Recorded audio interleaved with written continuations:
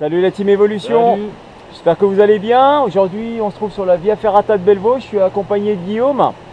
Et puis on vous fait une petite vidéo pour vous parler un petit peu de la descente en tyrolienne en Via Ferrata. On va vous expliquer tout ça en quelques points. Alors de quoi on va avoir besoin pour faire notre descente en tyrolienne? Bon bah alors la première chose à faire bien sûr c'est d'être équipé d'un baudrier. Vous venez de faire une Via Ferrata, donc vous devez être équipé tout simplement d'un kit avec un absorbeur de choc et une longe double en Y. Vous devez être équipé d'une poulie. Alors on va vous expliquer après quel type de poulie utiliser sur cette Via Ferrata, sur cette tyrolienne. Et puis bien sûr les éléments de base, le casque, une paire de gants, éventuellement 2 dégaines ou une vache double ou une vache simple. Voilà.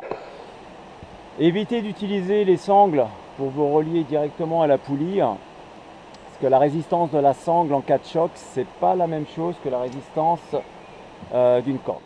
Alors avant de vous engager sur le câble pour votre tyrolienne, vous avez toujours un panneau de consigne de sécurité en amont.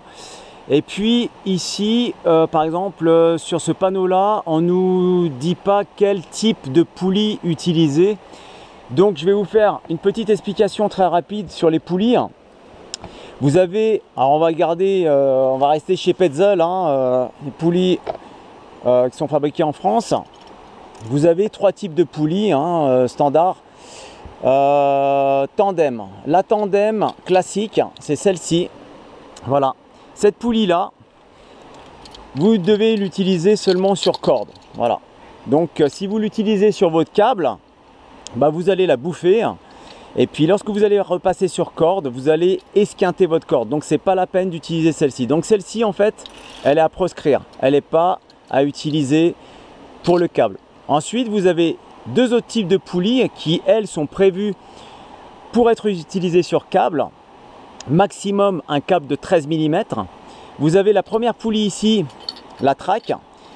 Celle-ci elle est toute simple, elle est montée sur galet, voilà, ça va très bien.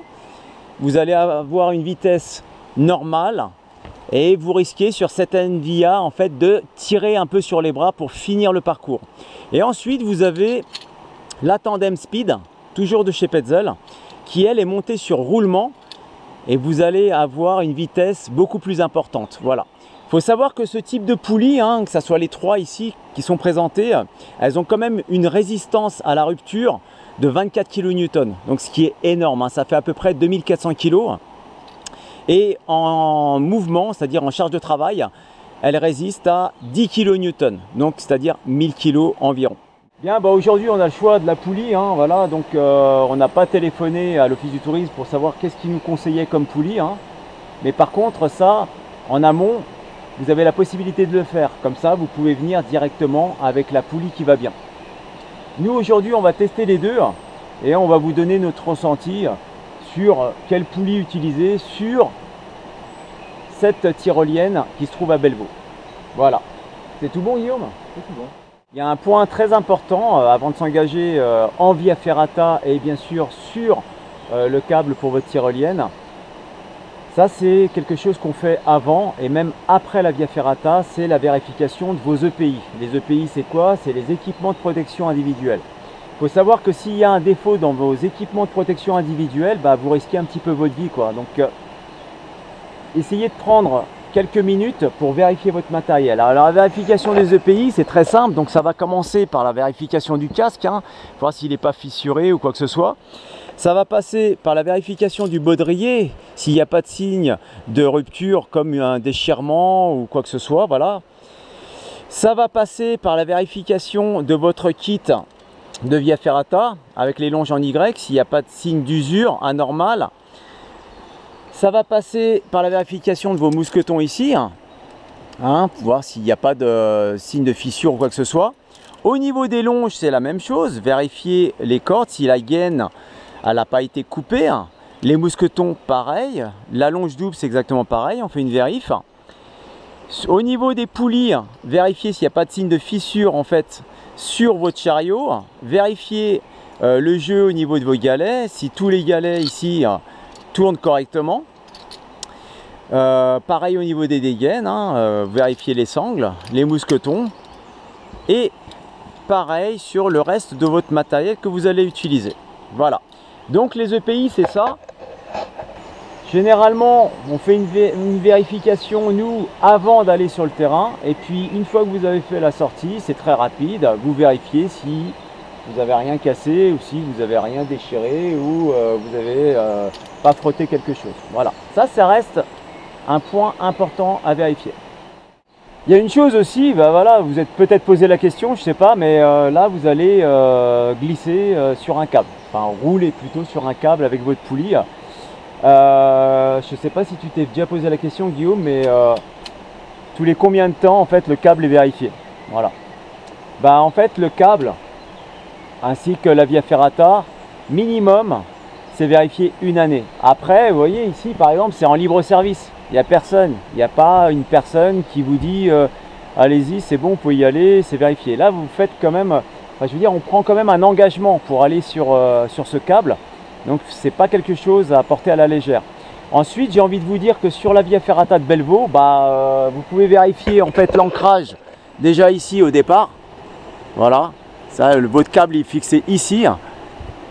Vous pouvez vérifier un petit peu visuellement le câble. Par contre, vous pouvez aussi descendre sur le chemin et puis vous retrouver à l'arrivée, puis vérifier l'ancrage d'arrivée. Voilà. Je pousse le bouchon un peu loin, mais bon, voilà.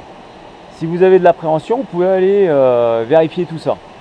Mais en règle générale, les vias sont contrôlées minimum une fois par an.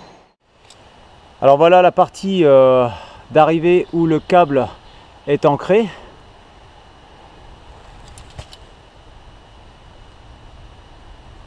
Voilà, donc c'est nickel, il n'y a pas de problème. Bien, voilà, donc là je vais vous faire voir une méthode en fait pour vous équiper afin de descendre sur votre tyrolienne en toute sécurité. Et c'est une méthode, on appelle ça la technique imperdable. Voilà. Donc la première chose à faire, bien sûr, vous êtes arrivé sur votre plateforme, vous êtes toujours sécurisé. Et cette longe ici est très importante. Elle va nous maintenir, parce que tout à l'heure on va tester notre matériel. Voilà. Donc la première chose à faire,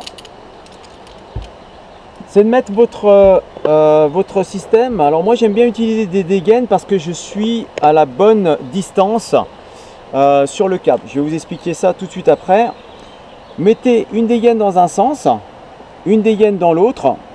Ça évite en fait toute ouverture intempestive sur les deux doigts. Voilà. Et vous faites exactement la même chose au niveau de votre poulie.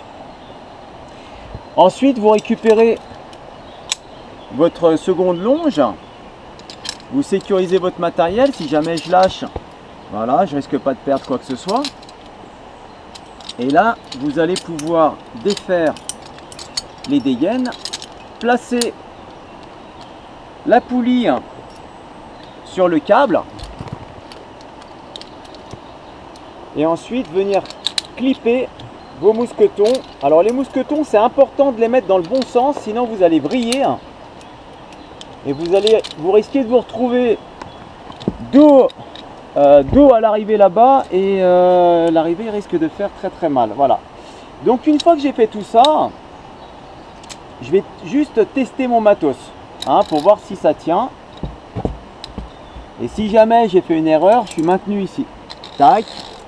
Voilà, je suis maintenu par la sangle et je risque pas de me sauver. Donc là en fait, tout le système est sécuritaire. À partir de maintenant, on conseille toujours de clipper un mousqueton sur l'arrière du câble. Par contre, j'aime pas trop faire glisser mon mousqueton ici. Et puis là, je suis toujours sur ma longe avec absorbeur de choc. Donc je me dis que si jamais l'absorbeur il pète, je vais être un peu loin. Donc résultat, qu'est-ce que je vais faire? Je vais récupérer ma vache, je vais clipper et je vais passer le mousqueton en fait dans le logement prévu à cet effet, juste au-dessus de la poulie. Mais le but du jeu, ça va être de maintenir fermement ici. Vous pouvez verrouiller le mousqueton. Tac, le mousqueton est verrouillé.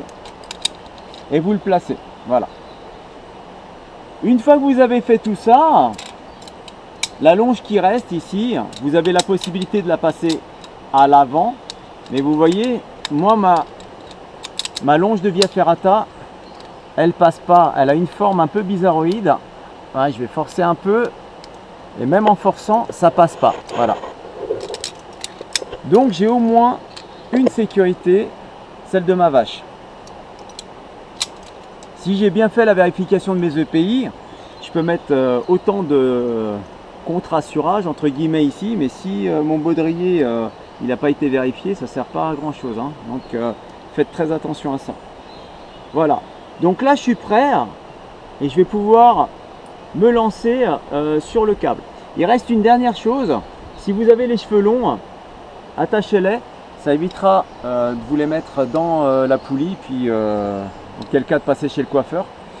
Et puis vous avez aussi la possibilité de prendre une petite paire de gants, de vous équiper avec, parce que si jamais vous arrivez un petit peu trop rapidement pardon, sur la zone d'arrivée, bah, vous allez pouvoir freiner ici, mais bien sûr toujours à l'aide du gant pour pas arriver trop vite. Voilà, c'est tout bon. Bien, bah, j'ai fait toutes mes vérifs, donc je me décroche. Et puis là, la longe qui vous reste dans les mains, vous pouvez éventuellement la glisser dans la flèche, étant donné que c'est prévu pour 3 mousquetons.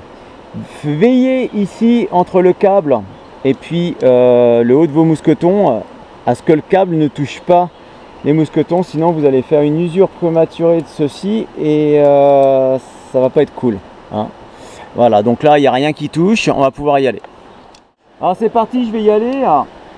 Vous avez 2 écoles pour la descente en tyrolienne. La première, j'aime pas trop, c'est mettre en fait la main sur la poulie ici.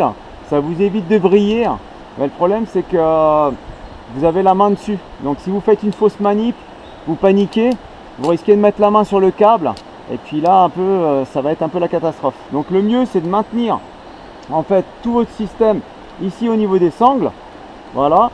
Et si jamais vous commencez à vriller à droite ou à gauche, vous avez juste à monter un petit peu les jambes, monter les bras, enfin le bras qui est libre, et puis vous retrouvez dans le bon axe. C'est parti, allez go, on y va. Et surtout, vous vous jetez pas, vous vous asseyez et vous vous laissez glisser.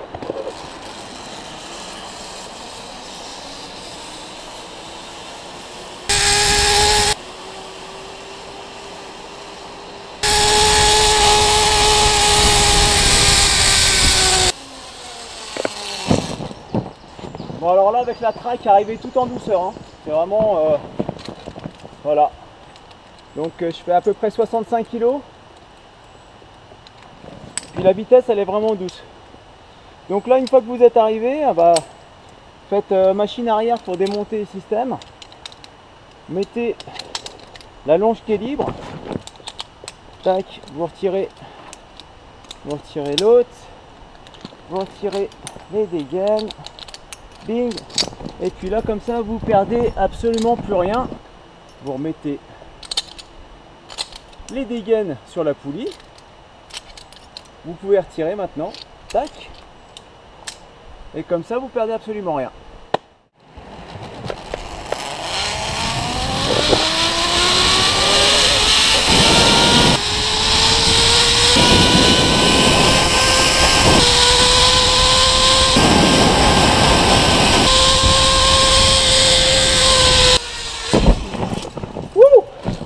Ok, bon bah la speed, ça décoiffe, hein.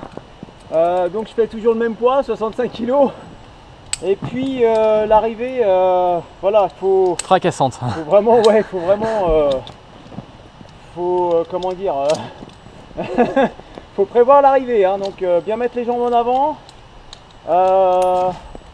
Et puis comment dire, vraiment courir sur le plateau là. Parce que sinon, vous risquez de tomber dans l'amortisseur. Alors l'amortisseur, lui, il va amortir un petit peu, mais c'est pas lui qui va vous sauver, hein, d'un éventuel traumatisme ou quoi que ce soit, hein, parce que là, on arrive quand même vite, hein. Voilà, donc ça c'était l'essai avec la Speed. Et bien voilà, j'espère que cette petite vidéo tyrolienne en via ferrata mode d'emploi vous a plu. Si jamais vous avez encore des difficultés, bah voilà, ça peut arriver à se lancer sur une via ferrata ou sur une tyrolienne parce que ça demande quand même un petit engagement. N'hésitez pas à aller vers les professionnels de la montagne, hein. Donc ils sont là pour ça, ils vont vous guider et puis vous allez passer une bonne journée. Voilà, vous avez aussi la possibilité de vous diriger vers les clubs de montagne et puis vous allez trouver des cadres passionnés qui vont vous expliquer un petit peu toutes ces techniques et qui vont vous amener vers l'autonomie. Voilà, n'oubliez pas, faites toujours ça en sécurité, munissez-vous de gants parce que la poulie elle chauffe, hein. Ne touchez pas la poulie, ne touchez surtout pas au câble, hein, surtout à l'avant de la poulie. Et puis si jamais vous voulez freiner un petit peu parce que voilà, vous n'avez pas choisi la bonne poulie, hein, ça va un peu trop vite, bah, vous freinez mais à l'arrière, hein, par petites touches sur le câble. Voilà. Bah écoute Guillaume, merci parce que Guillaume m'a filmé, hein, j'avais besoin d'un peu d'aide aujourd'hui. Et puis on se voit à la prochaine. À la prochaine. Arvi pas. Arvi.